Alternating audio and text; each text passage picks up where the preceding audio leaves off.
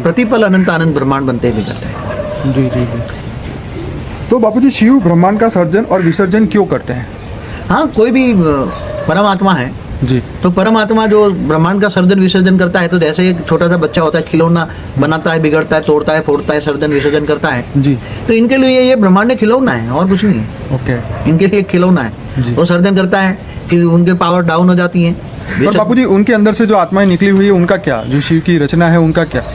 जब शिव की रचना तो होती रहती है ना, ओके। शिव की रचना होती रहती है, अनंत आनंद बन जाते हैं। फिर वो जब उसमें शिव में पावर खत्म हो जाती है, जी तब वो सूर्य में प्रवेश करके काल अग्नि पैदा करके पूरे ब्रह्मांड को जलाकर भस्म कर देते हैं। उसको ब्लैक होल कहते हैं साइंस वाले आजकल। तो बापूजी उनका ब्लैक होल और शिव का रिलेशन क्या? हाँ, ब्लैक होल और शिव का रिलेशन बहुत बढ़िया है ना।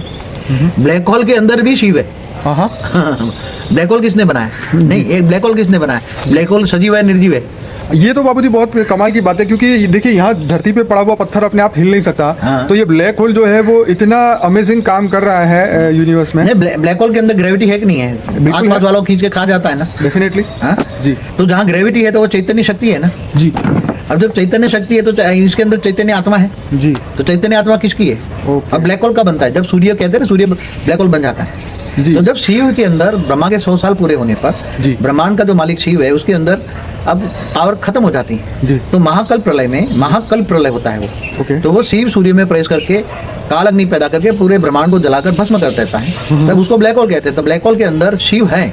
ओके। सर्जन के वक्त भी शिव था, ब्लैक होल के अंदर भी शिव है। शिव की आत्मा उसके अंदर है। पहले परमात्मा था, अब उसके अंदर परम तत्व खत्म हो गए। ओके। शिव के अंदर परम तत्व खत्म हो गया तो वो एक आत्मा बन गया। क्या बन गया? आत्मा बने। हाँ, तो जीव से शिव बन गया। Okay okay. और फिर से दोबारा वो अपने बाप के पास जाएगा, महाशिव के पास जाएगा, पावर लेगा जी जी। और फिर पावर भरेगा अपनी आत्मा में। जी, जी। फिर सर्जन के लिए तैयार।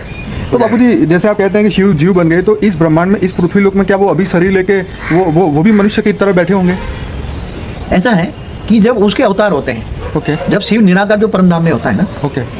तो शिव निराकार से पावर पूरे ब्रह्मांड में जाता है ना। जी पहले निराकारी पावर शिव शक्ति में जाता है, जी शिवपुरी में।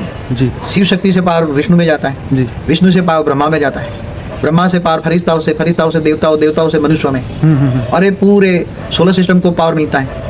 तो जब ये निराकार शिव के अंदर पावर जब खत्म हो जाता है ना, जी। तो अब निराकार शिव का डायरेक्ट अवतार नहीं होता, उसको जो कार्य कराना होता है वो शिव शक्ति द्वारा कराता है। ओके। और शिव शक्ति शंकर के द्वारा डायरेक्शन देता है। शंकर भी किसका ध्यान करता है? हाँ, वो तो शिव का नहीं, obvious। शंकर किसका ध्यान करता है? उनके रचयिता शंकर, उनका रचयिता शिव शक्ति है। ओके। वो जो शिवपुरी में रहते हैं जी उसका ध्यान करता है। हाँ। और उससे डायरेक्शन मांगता है, मैं क्या करूँ, उसका क्या डायरेक्शन है, उसके हिसाब से वो काम करता है। हाँ। शंकर का काम है विनाशकारी। ओके। शिव को सत्यम शिवम सुंदरम कहते हैं। तो वो जब सर्जन करता है तब सत्यम शिवम सुंदरम होता है। और ब्रह्मा द्वारा सृजन, विष्णु द्वारा पालना और शंकर द्वारा